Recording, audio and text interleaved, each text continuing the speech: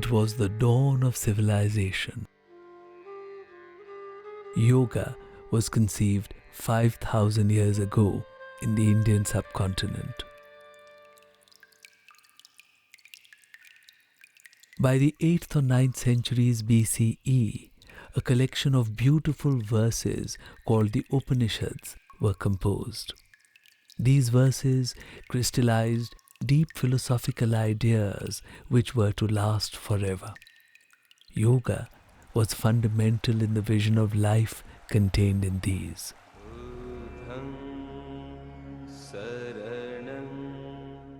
The Katha Upanishad of 3,000 years ago says, "He whose senses are uncontrolled, who is not tranquil, whose mind is not at rest, he can never hope to attain the true self, not even through knowledge."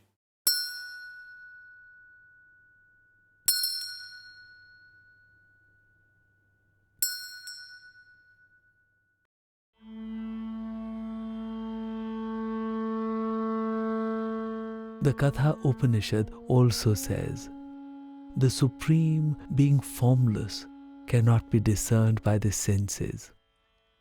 Hence all knowledge of the Eternal must be acquired by the more subtle faculties. These are developed only through the purifying practice of meditation." The biggest question that is asked by the research scientists today is, how does it happen? But the biggest question asked by the ancient rishis, who are the great scientists of ancient times, was, who am I? Ko hum. Modern science has its eyes outward. It is always looking at someone else, something else, or someplace else. The yoga drishti, the yogic perspective, has always been inward, looking at one's own self, understanding who we are, understanding the answer to the question, ko hum, who am I?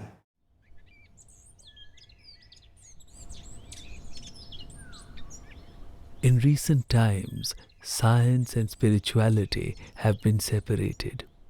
This was not so in ancient times.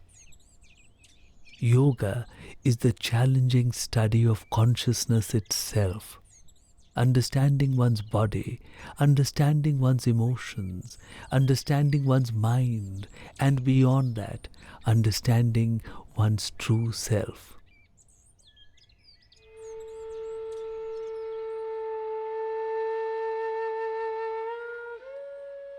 Conquering the fretful disturbances of the world around, great thinkers researched deep into the self. This was an epic project spread over many centuries.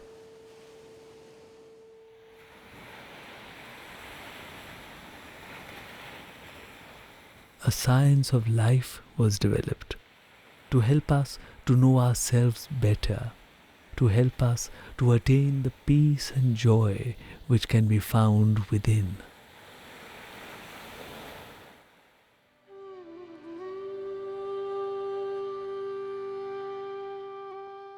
Yoga quite literally means to unite oneself with the higher self, which is in us and is all-pervasive. It means to join the subject with the object. To do this, we have to strip away the many layers of momentary sensory perceptions which assail our senses. These keep us forever bound to the material world.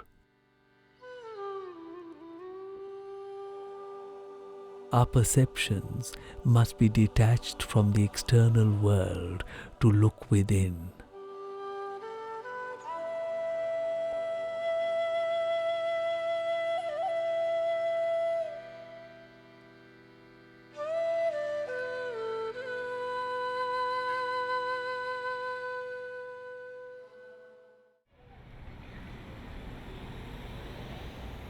We live amid much turmoil and confusion in the material world. The state of mental and physical health has deteriorated considerably. It is estimated that 70% of all costs in the health system are because of chronic diseases like diabetes, heart disease, hypertension, and osteoarthritis.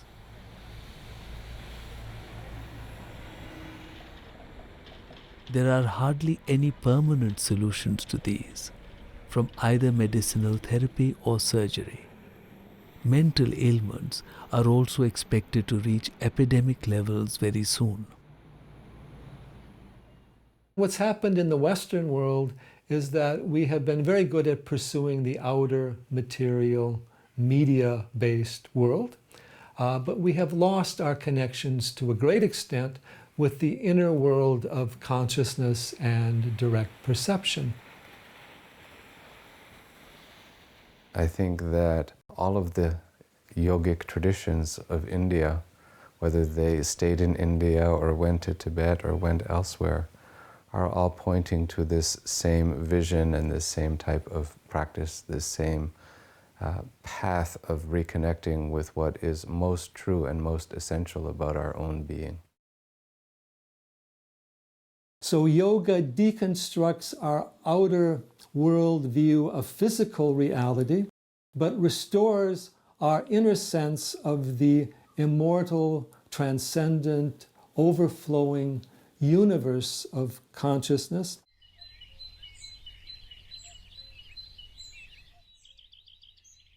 When yoga speaks of self-realization or purusha, this is not simply our human self. This is the self or the spirit behind nature. This is the consciousness that's in the sun, the moon, the stars, the plants, the waters, the fire. So yoga is about uniting our individual mind with the universal consciousness, which is full of bliss.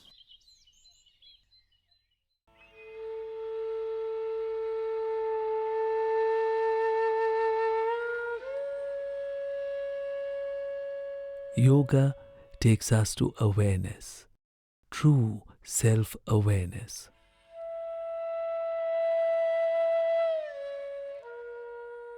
In yoga, we calm ourselves. We see that we are less affected by the noise and distractions of the ever-changing world around us.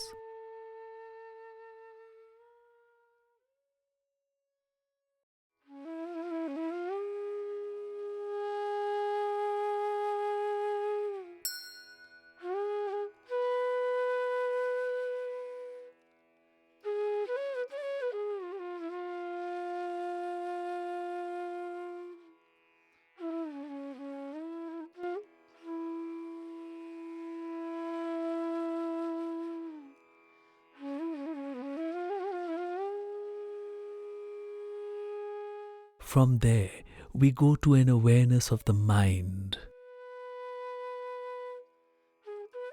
Yoga and ancient Indian thought do not consider the mind to be consciousness itself. The mind is in many ways like our body. We have to see it. We have to be aware of it.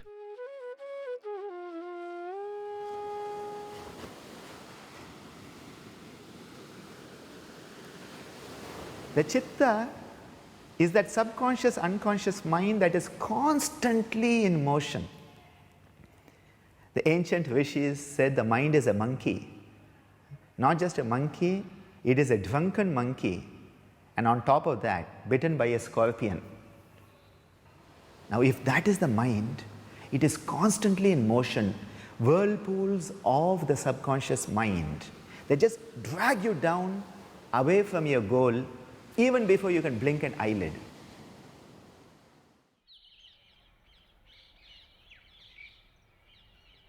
When you do asanas, your mind becomes focused, and when mind becomes focused, it becomes still, and when mind is still, there is no desire, and when there is no desire, you attain happiness.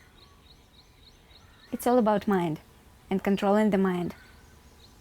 It's very hard when your mind is running like a wild horse, unwilling to follow any discipline, and it's very tough to gently take over it, to make it listen to you, to make it follow what you would like it to do. A lot of people practice yoga, but they jump over the foundation of yoga, which is the two main practice of yama and niyama. What that means is the prescription of the yogis of things not to do and things to do. That means the restriction and the observances. Yama niyama basically means a method. It's actually a technology for evolving from the dominance of the animal brain into the conscious use of the human brain. So Patanjali starts, do not harm. How brilliant this is. And from that, the other yamas, the control of the tongue, the control of the sexual desire, the control of greed, the desire to steal, all these things that are natural impulses for survival, necessary for survival in the animal world. He says, control those, restrain those.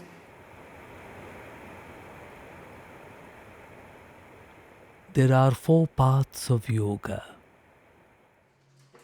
Karma Yoga, the path of selfless actions in the world. Bhakti Yoga, the path of losing one's ego through surrender and devotion.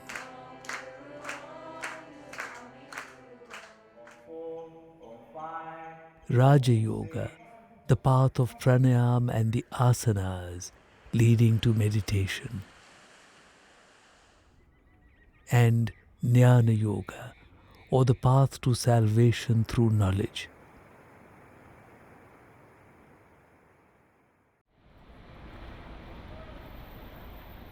The modern world is trying to follow through on the promise of ego satisfaction all the way down the line, as far as it can possibly go, still hoping that at the end of this road there will be some final and perfect payoff.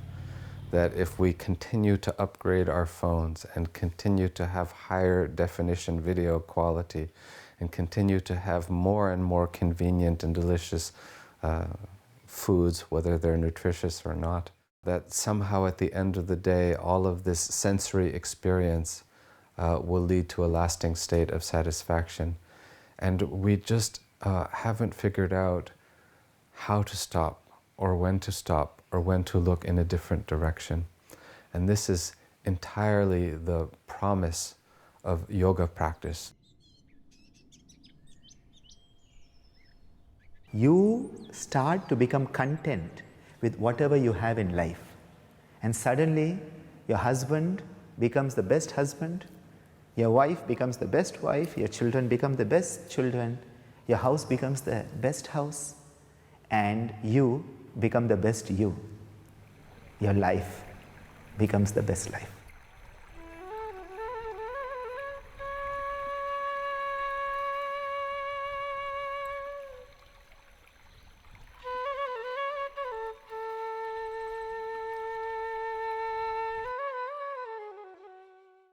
What the Vedic philosophy teaches us is that the entire creation is born of the Ananda, or bliss, overflowing of bliss, overflowing of peace, overflowing of the delight, the power of consciousness manifests itself as the universe.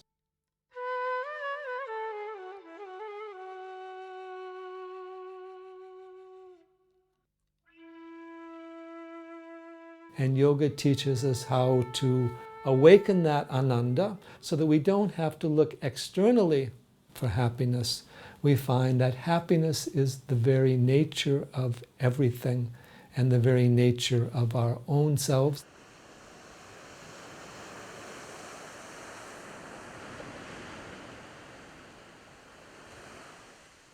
Scientific research done in the last 30 to 40 years has confirmed the benefits of yoga.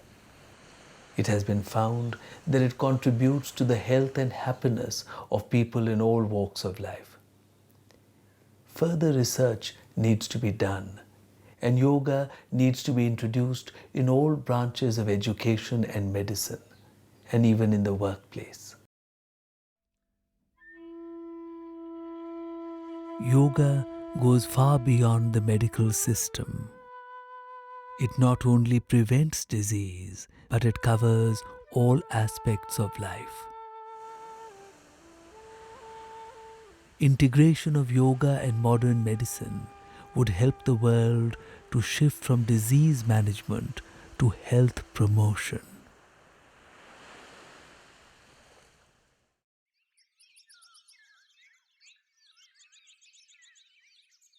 Yoga has come a long way from the hermitages, the ashrams in the forests, from the caves of the high Himalayas. It is now found as here in a modern hospital. What we started from last year, which was actually part of the second... The entire essence is a concept called samatvam, which means balance. And it's very logical. When you're balanced, your body heals itself daily through whatever problems, infections, diseases, stress-related inducements which are created in your body. So balance is what restores and heals you. No medicine does. You think about it, most allopathic medicines basically cut the symptoms. They provide symptomatic relief. They don't cure. You look at it simply. If I have diabetes and I'm taking an allopathic medicine, what that allopathic medicine does, it cuts the symptoms.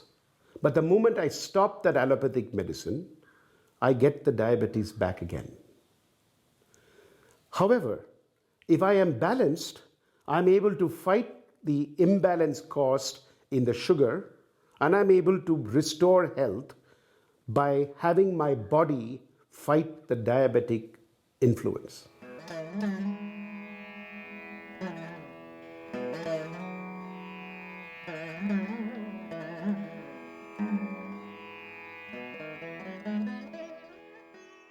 I have this condition that's called the restless leg syndrome. It's also called Willis-Ekbom disease. It's a neuromuscular pain in the leg, and I've had it for about 15, 20 years. And since it's a neuromuscular condition, the medicines are neurological, invasive to the nervous system. Meditation and pranayama actually helps me keep the pain either in control or pretty much not experience it at all, which helps me also not take the medicines. That's one. The second is for diabetes.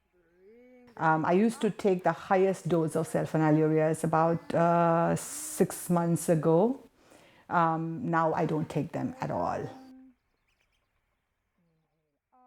People who have genetic tendencies towards different conditions such as diabetes, hypertension, well, we can maybe prevent those genetic potentialities from becoming actualities.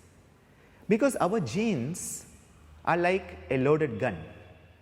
The gun is loaded, but whether the trigger is pulled or not, that choice lies with us. Yoga enables us to make the right choice. Step by step in the last years, we see more and more acceptance of yoga, also in mainstream medicine, also in skeptical doctors. That means yoga is now almost an established part of standard medical care in Germany. Modern medicine tends to be a bit divided between psychiatry on the one hand and physical medicine on the other hand. And the two really don't talk to each other, and yet obviously the mind and body are inextricably linked. And so yoga addresses that link between mind and body.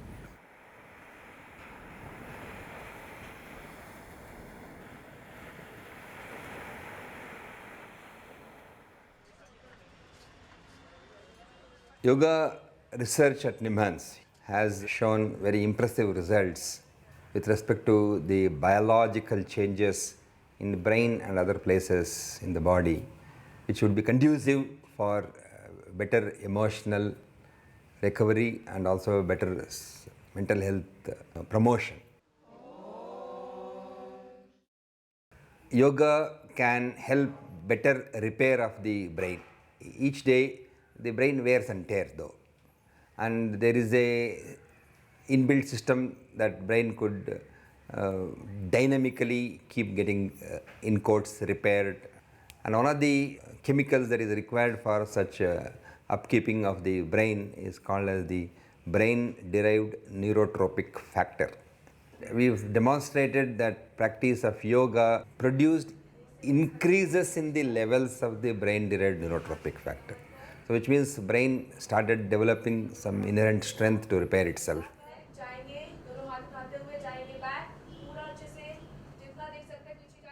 I've just seen the, well, chaos that's basically going on among teenagers, and especially the substance abuse that's going on in the high schools. They need help. They have no idea where to turn to. And they're all basically numbing their feelings. They're numbing their true nature because they have the feeling they are not able to be who they are. Yeah, there's not enough compassion, or there's just they need help. They need help at the end of the day, and it's I think yoga can give us that.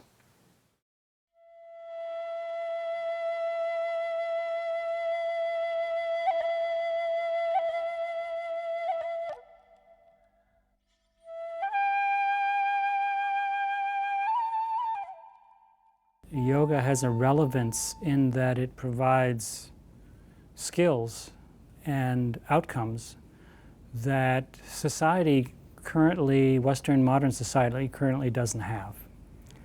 And these are essentially behavioral skills that allow us to manage our minds and our bodies and our emotions in a very effective way.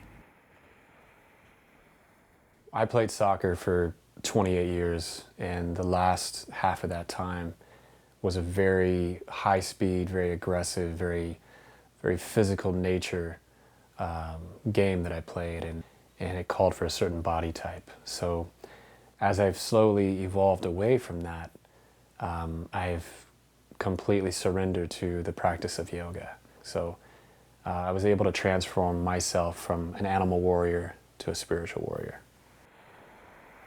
I say from a personal standpoint, surrender. Just surrender all that and allow your ego to soften and just become like water.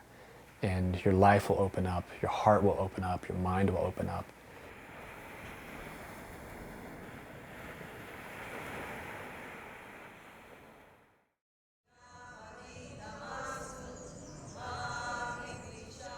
In a world where strife and conflict have been growing, yoga has proved to be of exceptional value. It has provided solace to prisoners in jails. This ancient science of life is being used to rehabilitate them in society. This partnership between the government of São Paulo and the government of India is a really amazing opportunity to bring the yoga to the women who are facing this condition of vulnerabilities in prison. In Colombia nowadays we have like around 7 million victims of the armed conflict. Like 70% of these people have lost their lands, have lost their house, have lost their income. We are convinced that yoga it's a very, very useful tool for developing inner peace. There's no way to creating peace in a society with no inner peace.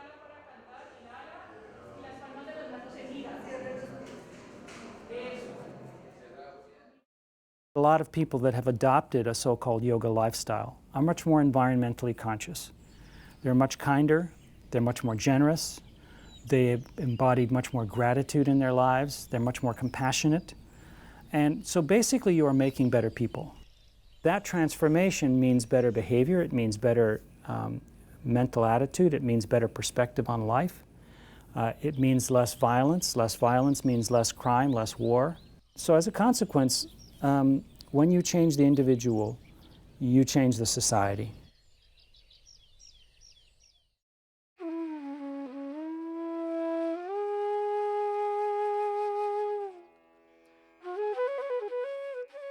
Yoga takes us back to who we really are. Amid all the noise and clamor of the material world, it takes us to the peace which we can find within ourselves. To a stillness, a state in which we have gained mastery over ourselves.